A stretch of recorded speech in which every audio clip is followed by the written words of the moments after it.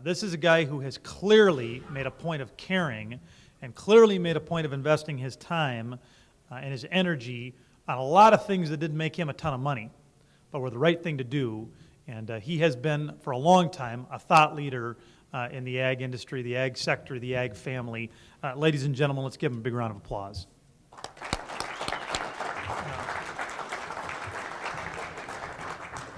Okay, I'm going to take it those of you that are in the audience right now are certainly interested in transition to the next generation, right? How to do it. I get a call twice a week from people that want to know how to do it. And how do you feel about the future, folks? What do you think? Kind of scary? Where are we going? You know how I feel about it? I feel a little blue. This kind of blue. Play on words. I tell you what, these people, and Lucas mentioned them before, these are your future leaders, folks. And I know most of you are going to school. Well, you're all going to school, some university, someplace. And don't get hung up on the fact that we've got a high unemployment rate right now. You will find a job. But don't get distracted in college. You know what I mean by that? There's a lot of distractions there. But I tell you what, the future is going to be very, very interesting for what you are going to participate in. And you will be the leaders in this. So take advantage of the year that you have. You just got started, right, this year? Boy, grab every piece of it that you can. And just make it a starting block board for your careers. You got a lot going for you. This is the future right here, folks, and that's important. Let's talk about the future a little bit and just how we're going to deal with it. I want you to keep these things in mind. Keep your thoughts positive, because your thoughts become your words. Keep your words positive, because your words become your actions. Keep your actions positive, because your actions become your habits. Keep your habits positive, because your habits become your values. And keep your values positive, because your values become your destiny. And that not only applies to these folks, it applies to everybody out here. And I don't care what age you are. Now, you've all heard, maybe you heard the statement, someday this will all be yours. On Tuesday, I was with a couple that are 45 years old. Now, I'll start out with a negative example because I want to show you a lot of positive examples. 45 years, they're 45 years old. They've worked on this dairy for 25 years. And Dad said, one day this will all be yours. Well, a few years ago, Mom passed away. Dad's remarried for 4 years now. Guess what? The new wife doesn't share those same feelings. And she wants a piece of the action, and she sees this stuff. And all of a sudden, those verbal promises don't really mean much because Dad has forgotten about it. Now, that might be an isolated case, but it's a real case if you don't have things in writing. In your proceedings, there's an article I did in Hoard's Dairyman. I'm going to talk about a number of those issues as we go through here, so you've got some of this background. But just because those words are said, if they're not in writing, it doesn't necessarily mean it'll happen. And that goes for the generation that's passing it on to the generation that's part of it. You know, what's the future for this young guy here? You can see he's already interested in what's going on, can't you? And he's involved out there. And as we all know, the kids grow very fast. Well, let's talk about this hungry world. And Luke was making these comments before, and I wanted to really encourage you to think about this. Here's a world map from the UN. This is the future. You think ag is important? It's huge. The last time I checked, every day there's people looking for 3 meals a day. Oh, by the way, has anybody ever been hungry in this room? I mean, have you ever been starving? That you honestly say that? Oh, yeah, Gary, I missed breakfast, and I was in a hurry, and I didn't get lunch, and I didn't really get anything to eat till 3 o'clock, and oh, I was starving. We use that terminology, don't we? Well, let me tell you about a lady that lived in a housing authority where my wife managed in a little place called Abbotsford, Wisconsin for 25 years. The lady was Marie Haracek. Marie lived in Czechoslovakia during World War II with her family. Marie immigrated to the United States through Chicago and ended up in central Wisconsin, married a dairy farmer. Marie talks about making bread with her family out of grass. Now, if you've had that kind of bread, I'll tell you, you understand hunger pains. Look at the map. The greens are folks that are fed pretty well every day. As we get into these yellow areas, not necessarily so. And as we get on the far end, where the darker colors are, those are people that maybe get 1 meal a day if they're lucky. There's a hungry world to feed out there. Food facts. We've just crossed this number. Did you know that? Did you feel it? It's a big number. That many people in the world. That many people go to bed hungry at night. Those are the number of people that would love to have grass bread. You got that many people in the world that only get 1,800 calories a day. Everybody had a pretty nice meal at lunch. Do you realize that the average American will have before them 3,800 calories every day that you'll be offered? Not necessarily everybody eats that much, but that's what we have. You got that many people in the world that only make less than $2 a day. Now, it's a challenge for those folks to take and buy food because they just don't have the means to do it. And some of it's because of political conditions in the countries that they live in. And that's a sad statement. 2020, which is only 8 years from now, we're going to need that much more meat. Poultry, beef, and pork. Where's it going to come from? A lot of it's got to come from here. By 2050, we're going to need that much more food in the world. Here's a tragedy. Do you know this? The next 24 hours. And it's hard for us to understand that when you got restaurants all over the place. That many people are going to die in the next 24 hours. But the real sad fact is this one. That many are going to be children. We find in some of the third world countries that families are big because sadly the parents know only a few of those children are going to survive. And actually in the more affluent countries, we find there's smaller families because children do survive. Food facts. This is a challenge. You've got 1 acre feeding 1.6 people right now.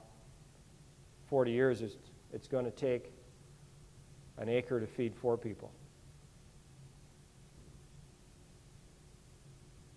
I heard a statement here recently on a blog that farmers use an incredible amount of 57% of the energy in the world. Well, that's a way to solve the energy problem. Let's take the gasoline and the diesel fuel away from the farmers, right? I love the comeback on the blog, but they feed an incredible amount of people. You know what one of Thomas Jefferson's big concerns was? Oh, by the way, we're right by the Missouri River, and if you've never read Undaunted Courage, you ought to do it, by Ambrose, about the Lewis and Clark expedition. You know what Jefferson's big concern was? How in the world were they going to feed those hundred thousands of people that lived on the East Coast in the first 13 states? But you know what Thomas Jefferson didn't know about? He didn't know about a guy by the name of John Deere. And he didn't know about McCormick. Because look at the mechanisms that they have given us as just part of what we've done in agriculture. Food facts. Still want to get your attention and set the stage. That many people in the world, 2050, that's a 36% increase. And oh, wait a minute, Gary. Your math is wrong. How come there's a 75% increase in food if it's only 36% increase in population? You got that figured out? Some of them, there's 1 billion people out there that aren't eating today. Oh, by the way, this is not a lecture. This is a discussion. So if you have comments, questions, pop them out, okay? This might be a shocker to you, but that's how many people don't live in the United States. And students, you got to get out at least one semester someplace around the world so you understand that. What's that number going to be in 2030? The people that live outside of the United States, if nothing else, that number is going to get bigger. We've got 311 million people in the U.S. right now. But we're pretty well flat as far as the population growth in the U.S. And the rest of the world is going to grow. So 1% is a big number if that changes. But just think of the amount of food that we produce. Disposable income. Do you realize we only spend 10% of our disposable income on food? In fact, the last couple of years with some of the food prices that have increased, maybe it's 12 or 13%. Our daughter's getting her PhD in Germany, and she says, Dad, that's what I spend on food in Europe. Third of the paycheck goes for food. If you live in India, it's 50%. Oh, by the way, a lot of people in India don't worry about a mortgage. Do you know that? Why not? You don't pay a mortgage on a cardboard box. The former Soviet Union, yet 90% of your income goes for food, and you better buy it today. Because if you wait, you won't be able to buy as much food tomorrow as you could today because of food inflation. Just think of the nations that provide subsidies trying to encourage food production. India provides subsidies for diesel fuel, cooking fuel, food. Singapore, they look at tax rebates, grants to small businesses that are involved in food production. Indonesia, extended fuel subsidies. Brazil, believe it or not. I talked to a Brazilian here 2 weeks ago. They want to boost the food supply. They have total loans for anybody that'll produce food. In Venezuela, it's 27% that the inflation rate is. All right, working our way down the food chain, or up the food chain, you might say. A lot of people in this world only get a handful of rice a day. I talked to Hank Wagner, a dairy producer in eastern Wisconsin, and Hank went to Togo, Africa. Hank said a lot of the children only get a handful of rice a day. But if you're not really of the right class and the right family, maybe those kids only get a handful every other day. And he said if they're really on the far end of the chain, it's maybe only a handful of rice on Monday of each week. Do you think there's a need out there? We go to other grains once our income increases. Then we get the fruits and vegetables if you start earning a little bit more. Then poultry comes in there because the efficiency rate of converting whatever the poultry eats to meat is a little better. Pork is getting up there in the food chain. You really know you've arrived when you can eat meat. And at the very top of that chain is dairy products, whether it be powder or cheese or other types of items. Working our way up. Okay, let's talk about the process. Next generation needs to help out this generation. Here you've got a family. Now I started out with a negative example. Everything else here is positive, all right? Here's mom and dad. Here's the two boys. One of the daughters there and all the grandchildren around them. That was a 50-cow dairy operation, now 300 cows. That a neat thing to do with your family, having your grandkids around? Now, mom and dad had to take and sign the mortgage on the land that they basically had paid for at one time in order to get that expansion going. but that's what it takes with the next generation. So step one is you have a family discussion. What do we really want to do? Now, farm families at times really don't talk about a lot around the table. Maybe what we need to do in the next chore or something like that, but they really talk about the future and just where we're going with it. But you really need to start out with that family discussion. Next week, Tuesday, I'm going to meet with another family, with the attorney, and we're going to have this type of discussion.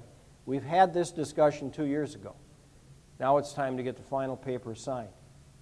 Take notes. Write down people's ideas. And this is somewhat unrelated to a lot of farm families because they're not used to doing these things. Don't worry. Our wills are taken care of and you'll have this farm one day. Don't believe it. I'm not saying that the parents are not sincere about what they say, but in this legal world, you've got to have things written down. And those of you that are beyond the age of 55 are not going to be able to do this forever. Now, I'm not saying you're done when you hit the age 55, but I'm saying you need to start the process at that time. A couple I'm working with right now, Dad's 67 and Mom's 65, and they just kept putting things off. We're getting close to getting it done, but guess what? Dad had to have the knee replaced here this winter, and no sooner the day he got home from the hospital, and Mom had a stroke. Now, she's recovering, but things have to get put in order, and you can't do this forever, as much as you like to do it. And sometimes guys say, hey, 55, I just got this baby paid for. Now you want me to give it away. What is this? I'm not telling you to give it away, but you need to get things in order if you want the next generation in there. So you need to start out at that age. Here's the problem, Mr. Banker. There's way too many zeros behind those numbers today. 30 years ago, you could take a 50-cow dairy farm with 250 acres, and it wasn't anywhere near the numbers that we're looking at today on these operations. Now, I don't care if it's dairy, if it's hog, if it's a grain operation with a lot of land, you got a lot of zeros there. And let's see, how many college kids graduated this month with $1 million in their back pocket to put a down payment on that farm? You heard what Luke said here before. Now, that's a veterinarian degree. But the next generation doesn't have a whole lot of those dollars. Here's a real neat family. The two young boys are now involved in this 300-cow operation. Actually, they bought another farm, and they're raising extra livestock on this thing. Phase one. First thing you do, get out the legal papers. I got a call a couple weeks ago. Got to do something, Gary. And I says, well, whose names are on the papers? What is it? Is it a corporation? Is it a C Corp? Is it a sole proprietorship? I don't know. Dad says that this is, he always paid the bills. I don't know what it is. You need to know what it is. And Mom and Dad, you need to share it. I do a financial course at the University of Wisconsin. College students, it's a 433 course. And we start out with, this is a checkbook. This is how you reconcile a checking account once a month. Don't put your hands up. How many people in this room reconcile their checkbook every month? Oh, that's good. I always get a few in the audience. Now, I'm not saying she's a teacher, that's why. I'm not saying the rest of you don't, but I want to challenge you and think about that. This is a credit card. This is how it works. And the thing they really get off on is when we do personal balance sheets. And we're sitting in a computer lab and they're all typing away. I have them do their own. Then we do one up in front. And we do a mock-up in front. And they do their own. And they really like doing that. The other thing they really get a challenge with is when I take an amortization sheet out. We take a $10,000 credit card, 30-year repayment schedule. That's what it is. At an 18% interest. $150 is the minimum payment on a $10,000 balance. You know how much principal is paid off the first month? 75 cents. You know how much interest you'll pay on that baby in 30 years if you don't pay it off? If you do the minimum payments? $44,000. Now, I didn't say credit cards were bad, Andy, all right? Pay the suckers off every month if you're going to use it. They're great for traveling. But you got to know what it is. Is it an LLC? I mean, there's real advantages here as far as putting limited liability. Is it a partnership? You need to know just what the structure is. Here's the thing that I ask too often, and I get a really blank look. Are there wills that have been drawn up? And you really need to sit down with a qualified attorney that understands agriculture to draw these up. And this is extremely important to do. Are there written agreements? Whether it be the partnership, whatever it is, what are you trying to do? And then within that will, there should be clearly laid out, but also written out on paper is this is what we intend to do on this particular farm, how we're going to change this generation to the next. You know, one thing I think that we're missing on many of our dairies today, many of our farms, you want to make a neat trip, take Highway 18 going through Iowa. Take it across Iowa, and what you'll see is every quarter mile there used to be a farm. Now, you may not have had many of those. You've got some of those here in South Dakota, but we had a lot of diversity. We had hogs. You hear the governor today? He had beef, he had chickens, he had hogs, he had dairy. They were very diversified. And young people really got a chance to know livestock. And today, a lot of that has changed because of 1973. What happened in 1973, you fellas with gray hair and gals? Russian had a problem with their crop. They didn't have one. So we shipped a lot of corn there. Corn went from $1.35 to $5 a bushel. You think that was a big deal in the early 70s? With those kind of non-inflationary dollars? Big deal. And all of a sudden, with Earl Butts, we went from fence row to fence row with corn. And a lot of the livestock along Highway 18 going through Iowa left. And we grow corn and beans today. The buildings are there. You can see the hog barns and chick coops, and you can see where the beef cattle were, and even the old dairy barn. Now that wasn't all bad, but a lot of our young people no longer have the attachment to the animals. Somebody told me, and we've done a lot of buying of livestock at county fairs, and I see young people spend all summer long with a heifer, grooming them, training them, trimming the hoofs. And somebody said to me, what a waste of time all summer long. Oh yeah, okay, well let's let them sit in front of the TV or the video game all summer long instead, huh?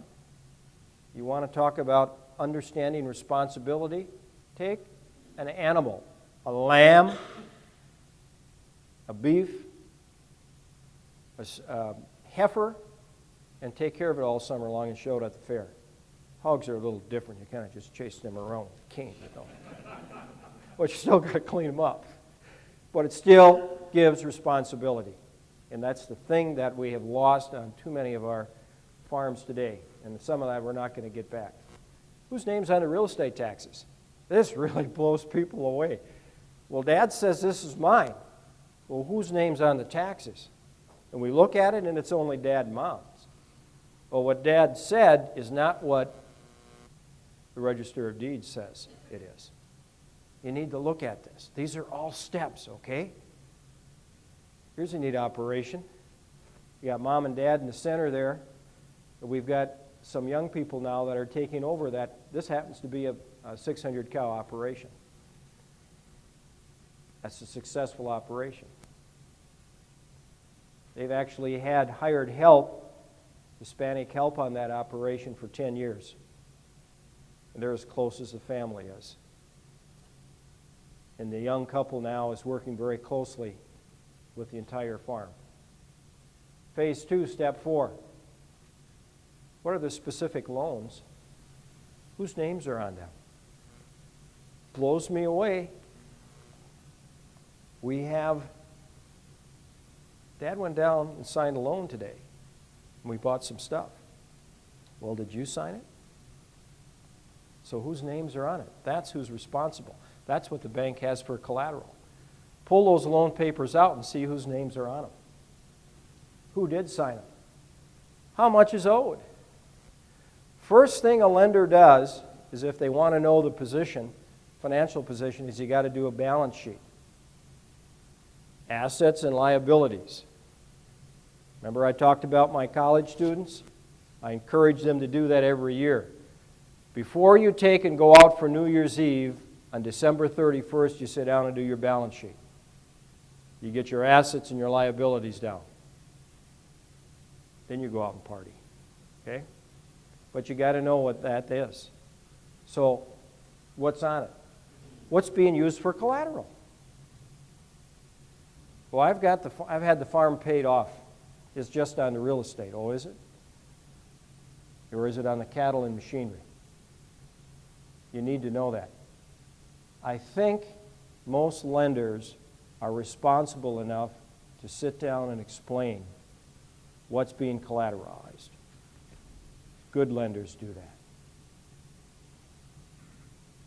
Step 5, do the balance sheet for the farm. Do the individual balance sheets, particularly if you've got a LLC or an S-Corp. The farm has a balance sheet.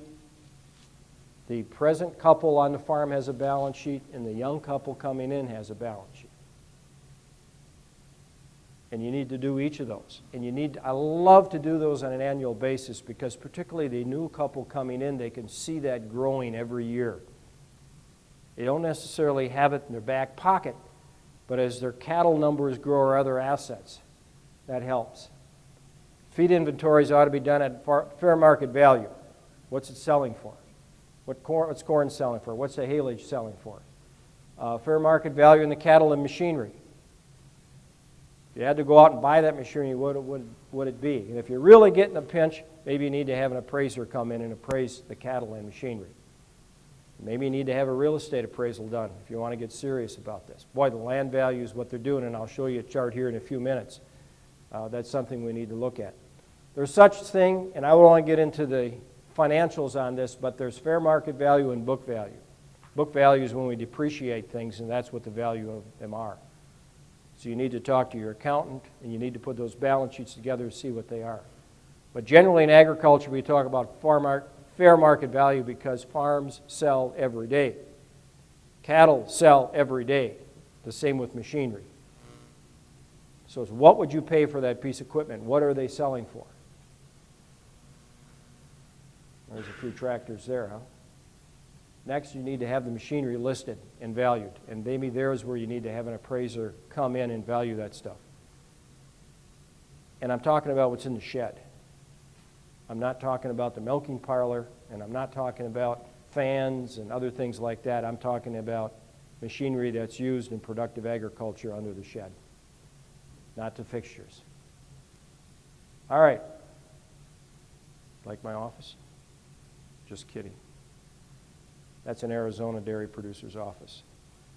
I said, that cow must have been a really neat registered cow that you had mounted. No, he said, one died one day. We just decided to mount it. Impressive office. Phase 1, step 7. Personal balance sheets, percent of ownership. How much of that farm do you own? And it's going to start out slow at first. All right. Let's, before we go to phase 2, let's talk about some of the business of agriculture. There's a lot of grain raised in this state, and there's a real concern out here. Did anybody see what the market did today? Corn market? Where's it at? Closed yesterday at $6.48, I think is where it was. You know why? All that dry weather to the east. Guy told me in Effingham, Illinois, the corn is trying to tassel and set cobs, and it's being fried. And it's not going to set cobs. And we don't know how extensive that is. There's a crop report coming out when? Friday. That's what I thought. Look out. We could see some limit up on that. But take a look at what's going on with the with the total world grain stocks, there's not as much left in the cupboard when harvest time happens. And when you've got a lot of folks to feed out here, that's a challenge. I get this question all the time, Gary, what does it cost to raise an acre of corn? I want you to remember this because we're going to look at this number again. It's $550 an acre to raise an acre of corn. We got any corn growers in here? You sell corn?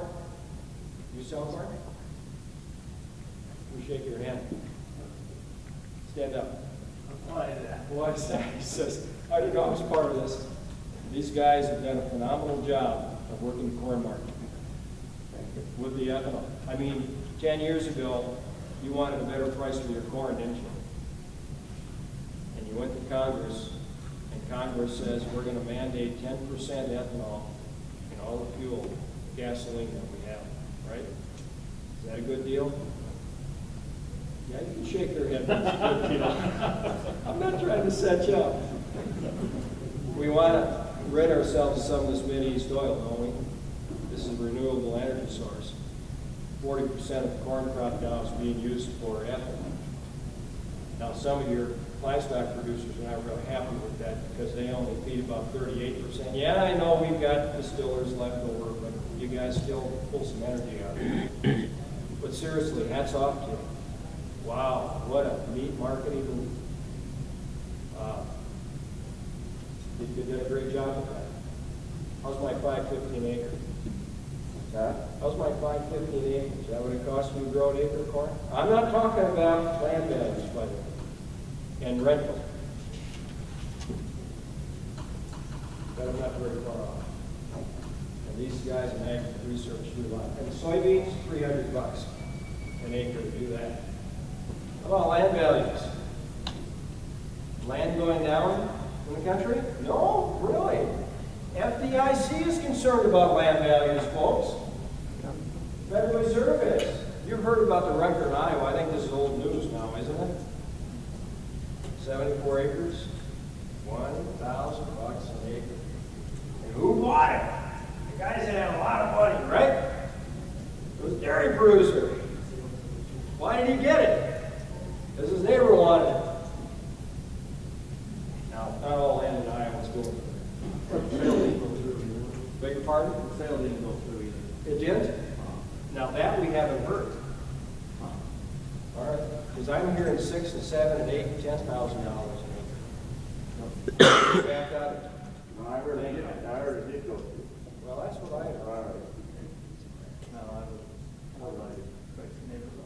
All right, I was told my neighbor it did, so we'll see. Maybe we got different neighbors that are out. Take a look at these land values since the Civil War.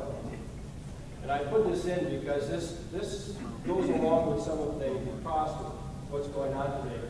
Obviously, during the Civil War, land value was very low. And not until 1917 and 18 did we see land values come up. What was going on?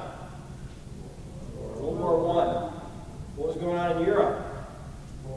They were fighting in the trenches. They weren't raising any grain. So we had a lot of grain and edible beans going to Europe. And then did you read your books about 1930, 1929? Oh, by the way, the Great Depression was caused by the crash in the stock market in 1929. Did you hear that?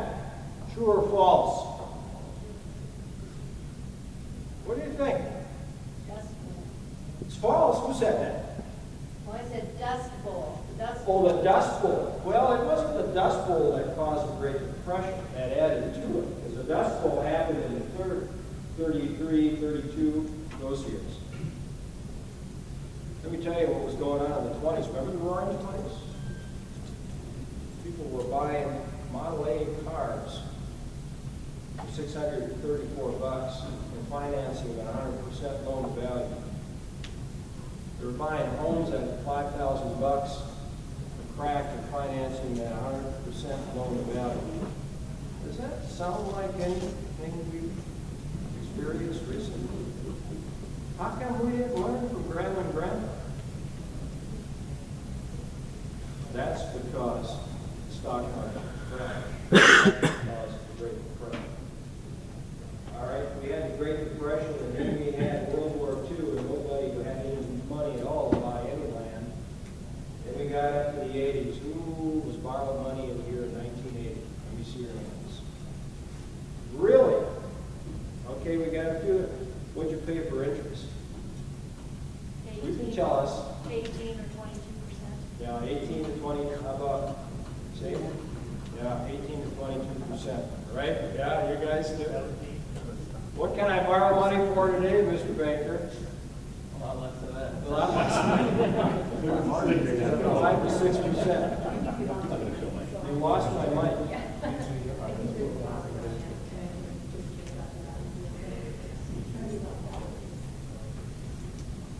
All right, I'll let you do that and I'll keep talking.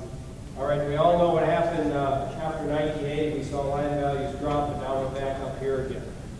Now this says about $2,500 an acre is where we are today. That's the average. But we all know there's some land there selling a whole lot more than that. Oh, by the way, take a look at how much actual tillable land we have in the United States. Look at that top bar. That represents 2.3 billion acres of land we have in all the United States. And only 408 million acres are tillable. All right, we got some pasture land there and some land that we used for, oh, that sounds a lot better. I could tell you that. 18% of our land is tillable in the United States. You see why land goes up in value? You see why the challenge we have with that? Look at 2008. This was a chart that was put out by the University of Wisconsin. You could actually raise in 2008 at $3 corn, $18. You were losing only $18 a bushel, 175 bushel. And you can see the red as you go down. If you raised at $5 corn, and we didn't have $5 corn in 1980, but you could actually, 125 bushel per the acre, you could make money. Look what's going on today. $3 corn doesn't work. $4 corn, you got to have at least 175 bushel to the acre. We get to $5 corn, 150, $6 corn, the guy's kicking out 125 bushel to the acre can still make ends meet. Now, I don't think you're going to be much of a grain producer if you're only kicking out 125 bushel unless you're someone in the drought area. But corn values are keeping the price of land up there. Interest rates are keeping the price of land up there. The fact that dairy producers need it for manure is keeping it up there. How about this big old guy? We got a few of those around? It was fun coming across Interstate 90, and I saw all kinds of these critters out here. Just a few bulls. They just must be letting the bulls out there. We got a problem, don't we, with the beef herd? We have the same number of beef cows, mama cows, as we had in 1964. American Cattlemen's Association thinks we're going to have to ration meat this summer. What does rationing meat mean? It means the price is going to be high enough that some folks won't be able to afford some of the cuts. It's going to take us a while to rebuild that herd because of how low it's been. We got any dairy producers in here? Did you sell a dairy cow lately? What'd you get for her?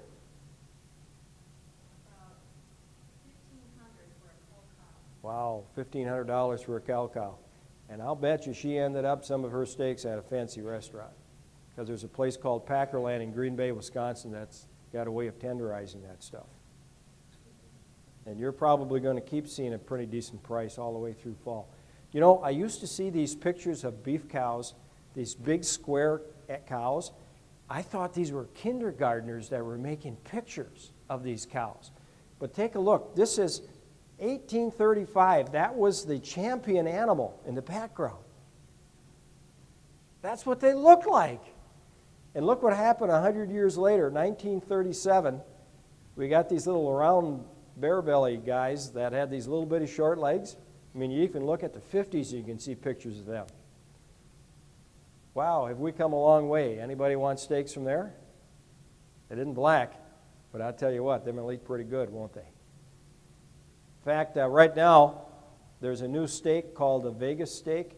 Oklahoma State has developed this. They're not telling us where it comes from.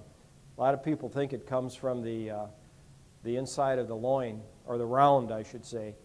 But here's the tenderness. It's equal to the tenderness of the New York strip, and even better than the filet. So next time you're in a restaurant, ask for a Vegas strip. See if they have it on hand. Anybody know who those folks are?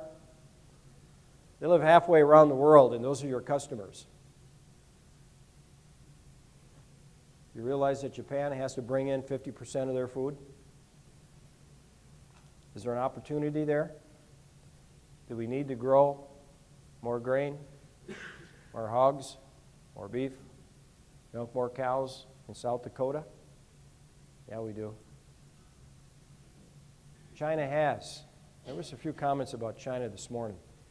22% of the world population. This will shock you. They got 7% of the tillable land. You see why we've got delegations going to China? And this is even scarier. They got 3% of the water. Why has China just bought 12 dairies in New Zealand? Why is China working with Fonterra to set up dairies in China? Why is China taking those big, you see in rail cars, those big metal containers of stuff coming to Walmart and wherever? You ever wonder what happens to those things when they get here and they unload them? They got to get them back on that ship. You know what they load some of them with? Hay from the West Coast that they compact. And you know where that hay goes? To China, to Japan, to Saudi Arabia. And that's really got the Western dairy producers ticked off because that's competition. Well, the other thing China has, they've got 36% of the world's rare elements. They actually have supplies of 90% of those rare elements. They have holdings in places like Africa. You know, we were going to rid ourselves of Mideast oil. Anybody know what goes and drives a Chevy Volt? It's a big battery. It's a lithium battery. Where's the biggest source of lithium in the world? Iran. That'll rid us of Mideast oil, won't it? All right. Chinese powder. The Chinese have always been short people. They want to increase their stature. So they know they need to get milk into their children. And what they've done is they've decided that every child needs to get 100 grams of a dairy product a day. In the United States, we get 600 grams of dairy product. 1980 in the United States, we ate 15 pounds of cheese. How much cheese do we eat per capita today in the United States? 32 pounds. How do we eat it? In circles. It's called pizza. Big deal. Now, we haven't quite got the Chinese convinced yet to go to Pizza Hut. They're doing pretty good with KFC, so it's a start. But China has had a problem with their milk supply, and what is it? They've tried to mix melamine with it. Why would you mix melamine with your powder? Because when you test it, melamine is high in nitrogen, and it looks like the protein level in your powder is high. What's the downside of that? It raises heck with your kidneys. In fact, it'll kill you. In fact, I talked to a dairy producer from Minnesota this winter that had a Chinese business person on his dairy last summer, and he has dairy cows. And he says when the Chinese people go into the store, and if the powder says made in China, kind of back off of it. They've done that 4 times. If it says made in the USA, Australia, or New Zealand, they'll buy it. And you know the interesting thing is, the person that's the head of the equivalent FDA in China, you know what happens to that person when that happens? They literally hang them, execute them. It's happened 4 times. How would you like to be the next person in line for that job? We've got a huge market. Take a look at this chart here. Right now, this is, and it's hard to get these numbers and get them up to date, but the United States right now, powder-wise, cheese-wise, we're shipping 13% of our dairy products outside the United States. Obviously, New Zealand And places like the EU, Australia, they've got the biggest chunk of that pie, but we need to get more of it. And look at the people that are importing stuff from the United States, or will be, but this is worldwide imports. Russia, Mexico, which is really one of our big importers, Algeria, Venezuela, Japan, and look where China is on there. You heard the ambassador talking this morning about us being able to take and make agreements now with Russia and get some of our product into there. Test time. Who in the world makes the most milk? India. Really? Well, trick question. It's actually the EU, but there's 27 countries in there, okay? And then it's India. So you're right on target. All right, who makes the most cheese? Well, it's people that make the most milk. And that's the EU, and we're next. And who makes the most butter? Now, this is 1 out of 100 people will get this one. What do you think? You know the answer. It's India. Now, I am told that in India, the delicate meal is butter-fried chicken. So I guess that's how they use a lot of their butter there. I'm told 70% of the families in India have a cow. In fact, if you look at the increase in cow numbers, India is right up here. Now, them cows don't give very much milk, but they do produce a lot. United States, we've got 9.3 million cows. Just about 9.3 million cows. We're about 925 over that, 927. Look at our production. These are the summer months. When you get days like we have outside right now and yesterday, the old dairy cow doesn't really like that. But look at the graft, how she continues to take and do a better job, and that's because of the job that people are doing. See these guys here? This is a success story. These are 3 brothers that farm next to one another. Do brothers ever get along? Huh? These guys do. They're milking 1,800 cows today. They each were milking 50 cows. They combine their dairies. And today, that's really a really successful dairy. And you know what? When John wants to take the week off and take his kids to Florida during the winter months, they go. Because guess what? Joe and Bill are there to watch things. And it works very well. It's a pleasure to sit down with people like this and see these things come together. That's a success story. They followed what I did. Phase 2. What do you want to do is the next question you need to be asking the family when you sit down. Not what the neighbor wants, not what Aunt Helen wants, is what do you want to do as a family? Do we do a land contract? Do we do a bank loan?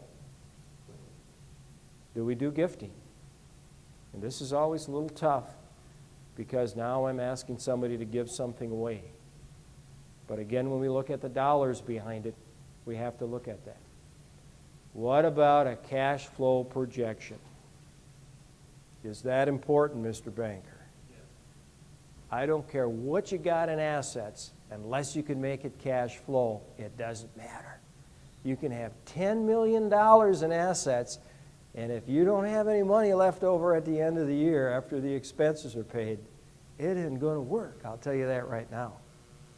So you got to make sure that the cash flows projections, and that takes time, and you need to do it. Can we afford to pay the wages? I mean, a lot of time, the elder couple that are going to be retiring, they want a wage for what they do as well, and the people that are in there want a wage. So you've got to look at just what the wage is. And what are the lifestyle needs? You know, I get this question all the time, Gary, what's the most profitable size dairy? You know the answer is that? And I don't mean to be a smart aleck about it, but it's the one that makes money. I can show you 50 cow operations that are very happy and satisfied with what they're doing, with the lifestyle. They'll never have a new Mercedes-Benz in the yard, and they don't really care. I can show you people that spend $200,000 a year on family living, and they can afford to do it. and more power to them because they have the ability to do it. So what's the lifestyle? In Wisconsin, central Wisconsin, we've had a whole pile of Mennonites and Amish move in from the East Coast, from Pennsylvania and Ohio, because all of those families have big families, and they want the boys to farm. And there's 400 families in a little bitty corner of Clark County, Wisconsin, and they're all Mennonites. And there's a lot of Amish there as well.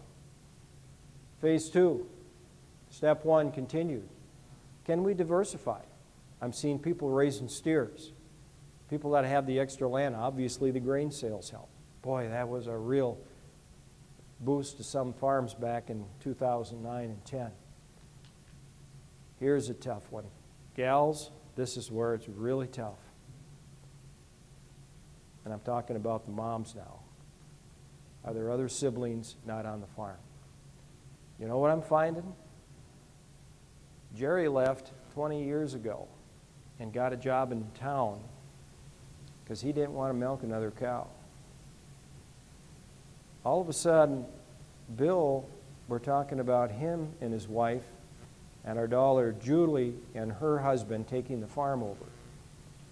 And Jerry said, you know, I remember when I was in 8th grade, I used to feed calves. I think I deserve part of that farm now. Even though the other brother and sister stayed on the farm for 20 years and Jerry left, because Jerry heard about this $20,000 acre of land in Iowa, and he wants a piece of the action. And I'll warn you about this. Families can get together very well when mom and dad are alive. But when the shovel of dirt is put on the last grave, boy, I tell you what, you talk about a rat's nest. That can be a real problem. So parents, would you please get that taken care of while you're alive? Because when you're dead, you can't. Are all the farm assets needed? Sometimes there might be 40 acres of woodland that Jerry liked to hunt in, and we're going to will that to him, and that's going to be part of his inheritance. A lot of times, mom and dad have insurance policies, and the children that do not live on the farm get the proceeds from the insurance policies, and that's a good way to do it as well. How about this family? They all get together, all they got the same shirts. Fun to see them working together. Are all the documents in order? Is everybody on board? Now it's time. You may need a consultant to do the balance sheets and cash flows if you can't do them. Because don't let the attorney do it, because attorneys will charge you money. Here's an interesting family. See the daughter on the right side? Excuse me, your left side? She's now the herdsman in this particular dairy. This is a 500 cow dairy. They have an artisan cheese. They make their own cheese. Some of their milk goes to that. And they're getting her into the dairy operation. Now you need to get your accountant and sit down with the accountant once you got your cash flows and balance sheets done. And now you need to sit down with the attorney. I work with 4 attorneys in the state of Wisconsin. They all know ag. They all know what to do. They all do a good job at what they do. And they can punch out these agreements. You need to get the legal work done. But I would highly recommend you hire a consultant to do the cash flows and balance sheets, because you don't want to do that at the attorney's cost when he's got the meter running or she's got the meter running. You want to do it with someone. You certainly want to get your lender involved as well. Don't ever surprise your lender. Make sure you're talking to the lender in advance. Now, let's talk about the industry a little bit more. Is change okay? There's such a thing as invention and innovation. You know the difference? That's an invention. You like that? Henry Ford made about 40 million of these in 20 years. It's got wheels, it's got lights, it's got a windshield, it's even got a horn right there. Okay? Seats. That's an invention. Anybody want to drive that when it's 20 below zero in South Dakota? maybe on a parade when it's 80 degrees. That's innovation. That's got a windshield, that's got lights, that's got wheels. It only took us 100 years to go from one of those pictures to the next. Have we seen that in agriculture?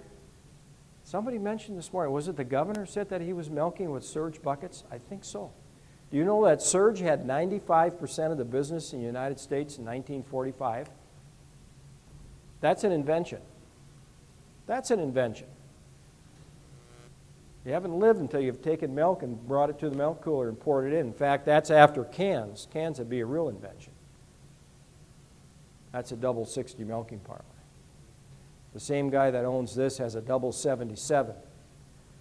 Why does a dairy producer in Arizona build a double 77? You knew that, huh? Yeah, he went to Saudi Arabia, and he saw the double 75s, and he wasn't going to be outdone by those guys. No ego there, by the way. And how about cows going in circles today? They love these. They get on that parlor and that reel, and they smile at one another, and they're chewing their cud, and the toughest thing is to get them off of there. And of course, today we even have robotic milkers, don't we? I'm not sure about these totally yet, but there seems to be some interest in there. But at $250,000 a crack, I got to see some cash flows on those babies. That's an invention. That kept the snow out during the South Dakota winter. That worked a little better. Put the cows in the stanchion, brought everything to them, took everything away from them. That's innovation. Now we let the cow do the walking. She eats when she wants to, lays down when she wants to. She goes to the parlor 2 and 3 times a day. 1945, we had 25 million dairy cows in the United States. Today we have, as we just looked at, 2.9 million. We had 4.6 million dairy producers. Today, actually, we have about 52,000. You got to be good in this business. The average size herd in 1945 was 5 cows. Today, it's closer to 200. It's a change. I'm not saying it's an easy business, it's a good business, but it doubles in every 10 years. Anybody know what that is? I did not stop at the hospital and get an EKG on a guy that was having a heart attack. That's the volatility we've seen in the dairy business. Here's some of the latest numbers since 2000. You got to be good at this, and I see a lot of milk marketing going on right now to take that volatility out. There's brokers out there, they're supposed to do market discovery, and they help you with money movements, and they make the market on the national economy. We've got exports out there, obviously, are important. Now, how profitable is this business? There's a firm out of Pigeon, Michigan called Nitsky Vapel. Nitsky Vapel summarized 66 herds they work with between these 2 years. They had all these 66 herds, and this is the amount of profit they made per hundredweight of milk. Got that? Then they took herds over 1,500 cows, and what did I just tell you about the most profitable size herds? Those are the ones that make money. But look at the dollars they made per 100 pounds of milk. The herds under 1,500 cows, that's what they made per 100 pounds of milk. And if you're going to be in this business today, you got to be a top third dairy producer because that's what they made per 100 pounds of milk. Big deal? What do you think? 100 cows, if I've got 24,000 pounds of milk at the lower number of 342, that's $82,000. How about if I'm a top third dairy producer? That means they made $1,000 a cow. I've seen cash flows this last year of dairy producers with 1,800 cows that made $1,000 a cow. You want to do the math on that? I'm talking net. Those are the guys buying land. Okay, some of you guys are raising grain. I spoke to milk inspectors from the Midwest. Biggest concern they had was some dairy producers backing out of the cows, looking at grain. Well, remember our little chart back a few minutes ago? Let's talk about $6 corn with 200 bushel to the acre. There's that $550, and I've got $350 land rent there.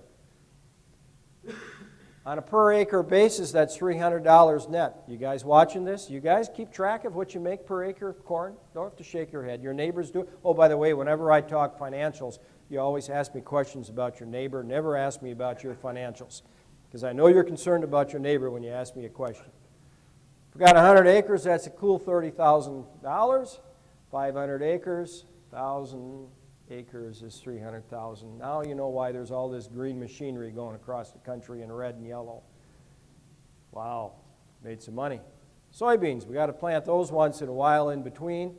There's that $300 an acre at $350 rent, and you can follow my math. That's a cool $190,000 on 1,000 acres. Well, how does that compare to milking cows?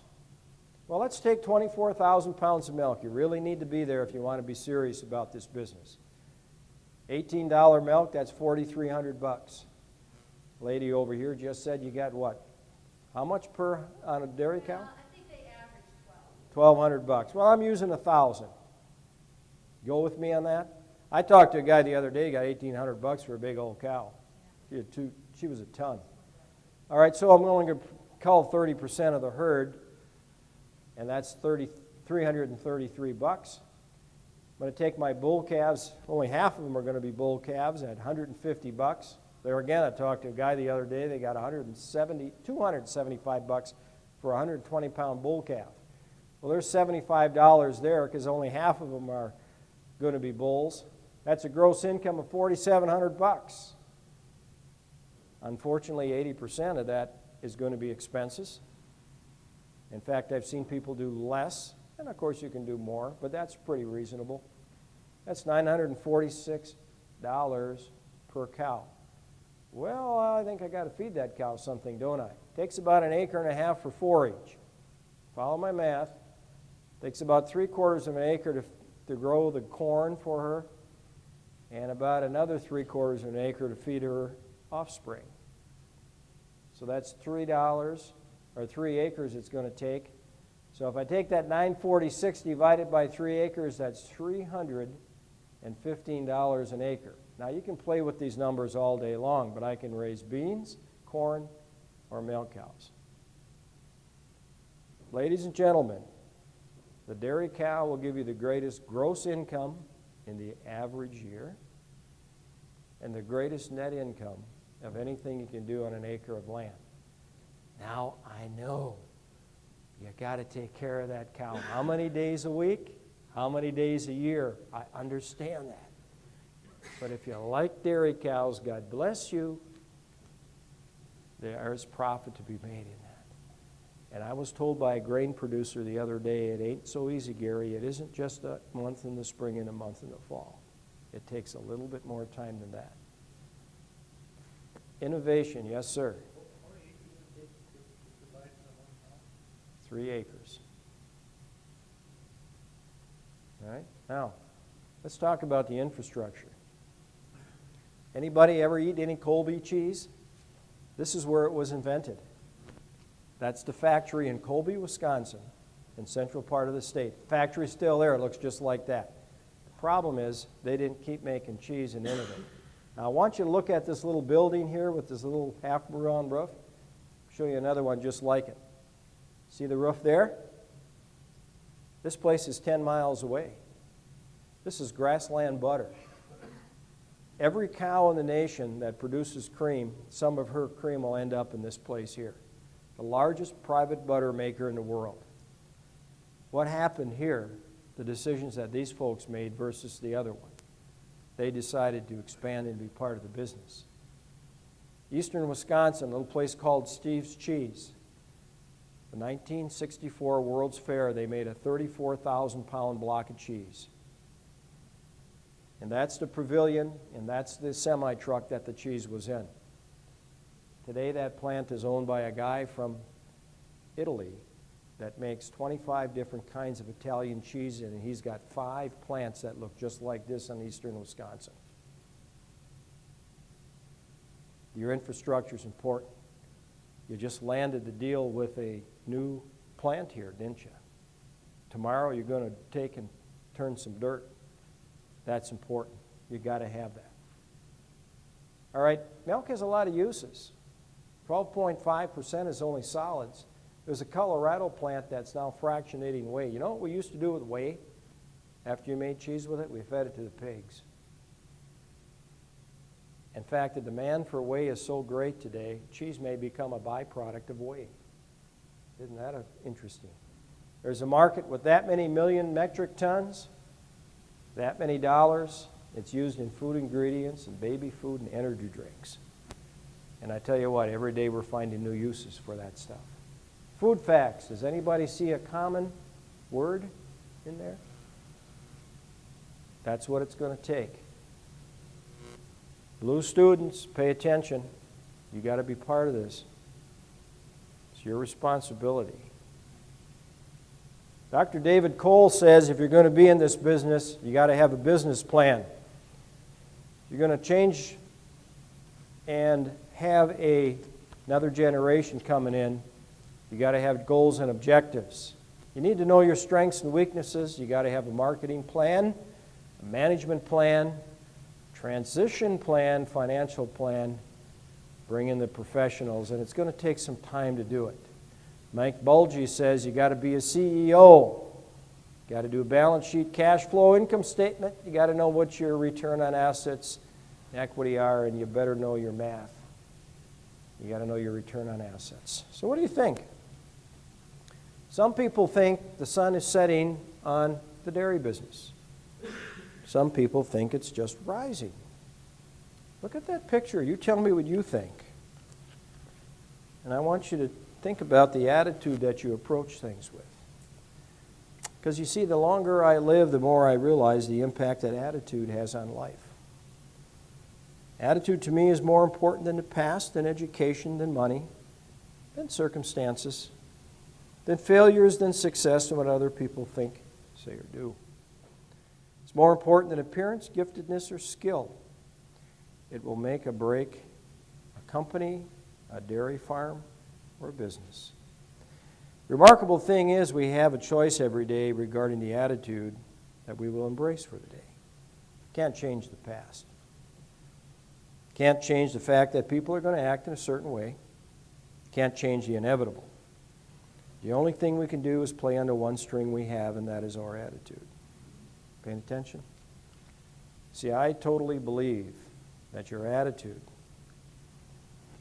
and that life is 10% what happens to me and 90% how I react to it.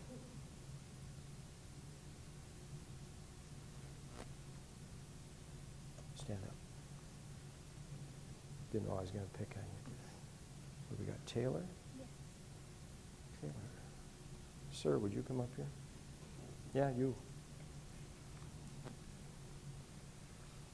There's a message here in the take-home. You know this young lady? Well, I just met her outside. Yeah. All right. This generation needs to think through what they're going to do on an expansion and on a transition. This generation needs to be patient because it might take 10 years before that transition takes place. You may have to gift some things. You have to start talking, and you got to put your thoughts on papers. So these two generations are going to switch places one of these days. And you folks are going to be electing our officials. You folks are going to be running this country as this generation leaves the business one way or another. So the take home is get your homework done and be patient. Ladies and gentlemen, thank you very much.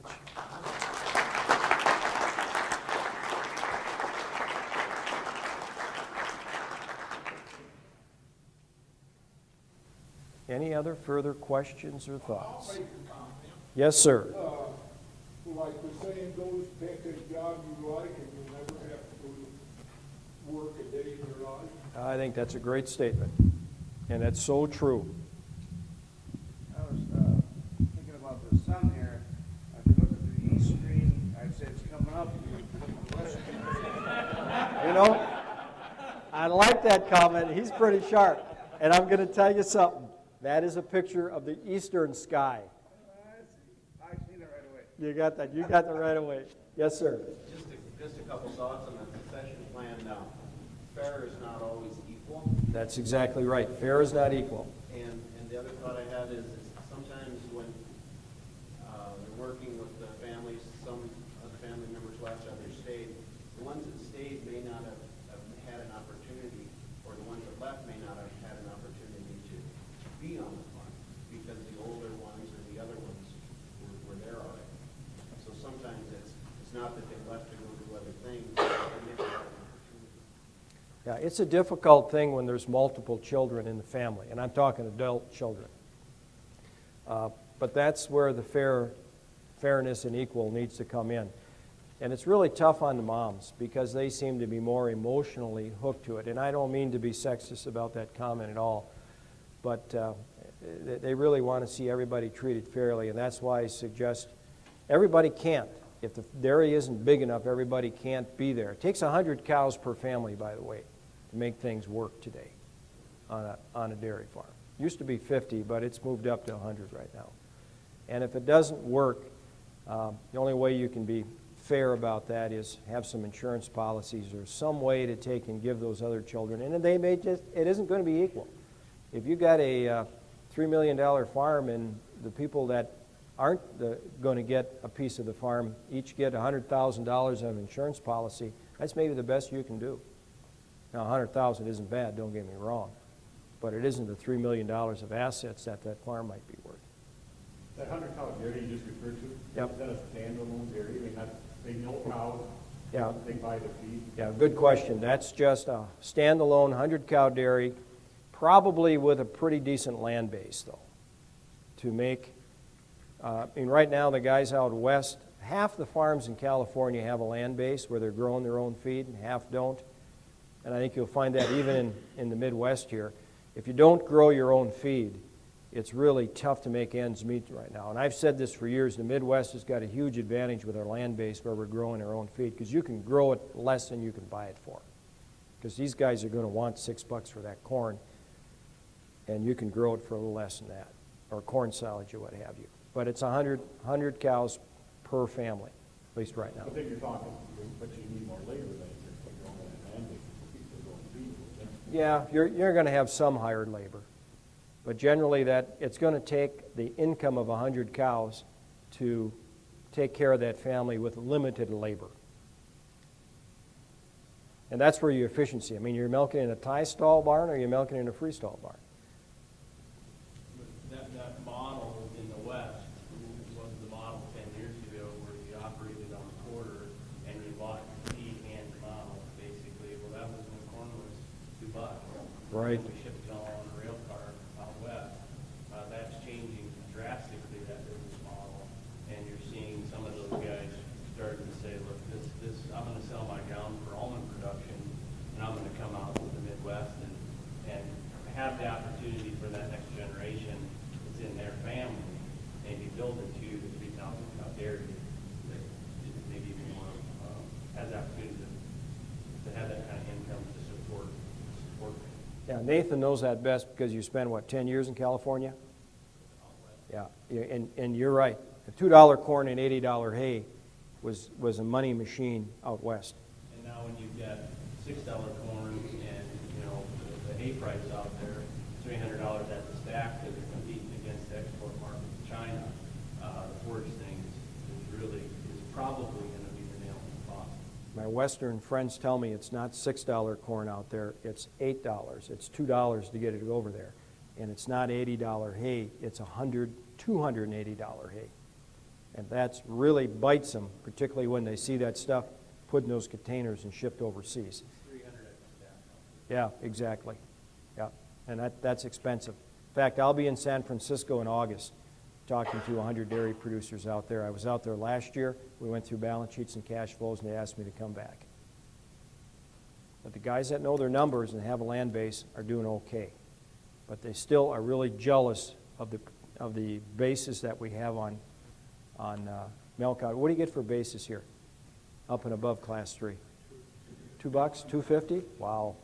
Boy, that just really grinds them, because you know what they get out there for basis? They don't get one, or very little. Exactly. And it's the milk price today that's probably hurting them more than it's Yeah, and they'd really like to get out of their California milk. You know, they're not in the federal order. Because, 30 years ago they decided to get out because they felt they were big enough to have their own market. But that really turned around on them. And I think what we'll see is a migration of the West Coast being close to those export markets, where we'll start to see plants being converted to powder that's going to be shipped to China, because that's our market, to Asia Pacific, because that's our market out there. We'll just see cheese production focused in the Midwest, because it costs a lot of money to ship water, which is 80% of milk, and you get to the East Coast where 2/3 of our population lives. That'll be our food. I think over time we're going to migrate to that type of regional production. Sure. Anything wrong with powder being produced out west and us making cheese here? Not at all. Let them make all the powder they want there. That's exactly right. So that's the way it looks like it's going today. I don't know that much about dairy, but is it with making powder out there and having to get the high prices for corn and for hay to do the inputs into the dairy, is that worth it? It's still very tight. Regardless if you make cheese or powder, it's really tight because of the feed cost in California and the demand for the land. March I went to Bakersfield. You ever want to take a neat trip? Take highway, what is that going to Bakersfield, 100? No, 99 going to Bakersfield, going north. And you get to a crest of a hill and it's just flat out and nothing but vineyards and orchards. And you need to take that trip. It's absolutely phenomenal to see the diversity in agriculture. If California was a nation, it would be the 8th largest GDP in the world. That tells you how big that is. Will more dairies move from California because of the costs out there, or?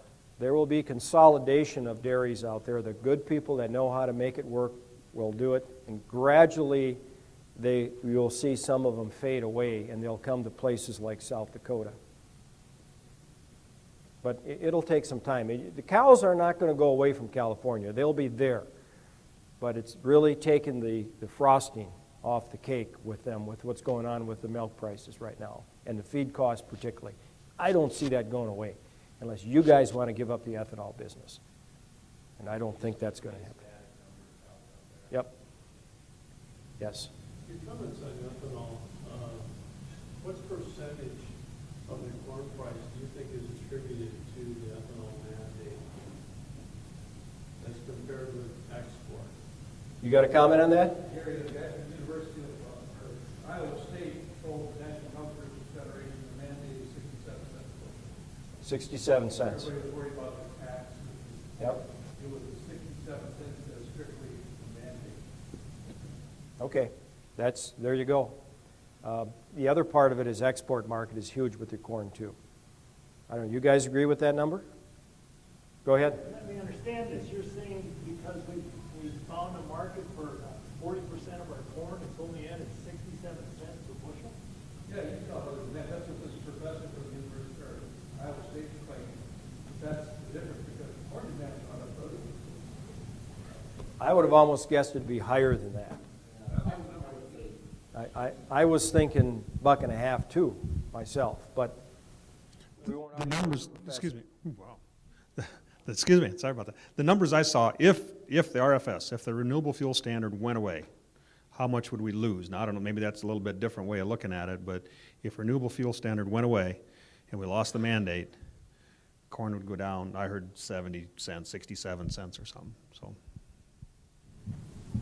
That's different than if there was never a mandate. We may not have had a discussion. I don't think if there was never a mandate and corn was the way it was, I'm going to say $1.50, $2. But it was one story. We found out we had this cheap import of corn, $1.65 in our area for how many years? Farmers finally found a way to get rid of it. Right. Do something with it and have value to it. It's a neat story. There's some people in the livestock industry that kind of explode with $1.65. I know, but look at the dollars that is added to the agriculture economy with where grain is. So again, hats off to you. Closing comments, sir. No, well, thank you, Yep. Gary. That was very well done.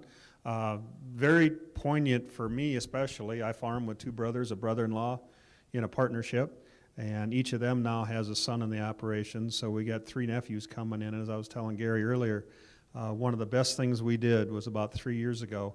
We brought in a professional facilitator, and we had a strategic planning session for our farm. And there's nothing magic about that other than the fact that we actually spent a day, we got away from the farm, we shut off all the cell phones, locked ourselves in a room, and said, you know, who are we? What are we good at? What are we not good at? I saw one of the slides up here about going all in or not. It wasn't on this presentation or one of the other ones, but, you know, don't bet the farm. You know, we don't want to risk the whole, everything that we built on for the last 4 generations or 5th generation coming up. So I thought one of the really interesting comments was made by my nephew. And after we got about halfway through the process, he looked at me or looked at my brothers and I and my brother-in-law and said, so when you old farts out of here? He said, I'm just telling you, I hope it isn't too soon. Because he said, your dad took the place to here, you guys took it to here. The expectations are we're supposed to take it to here, and we're not sure we're ready to do that yet.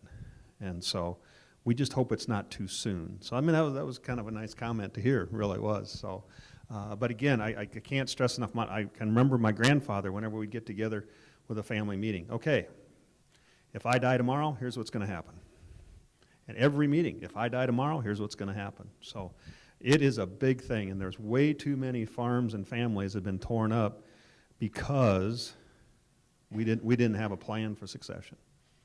So, excellent comments. Let's give Gary a big hand here, would you please?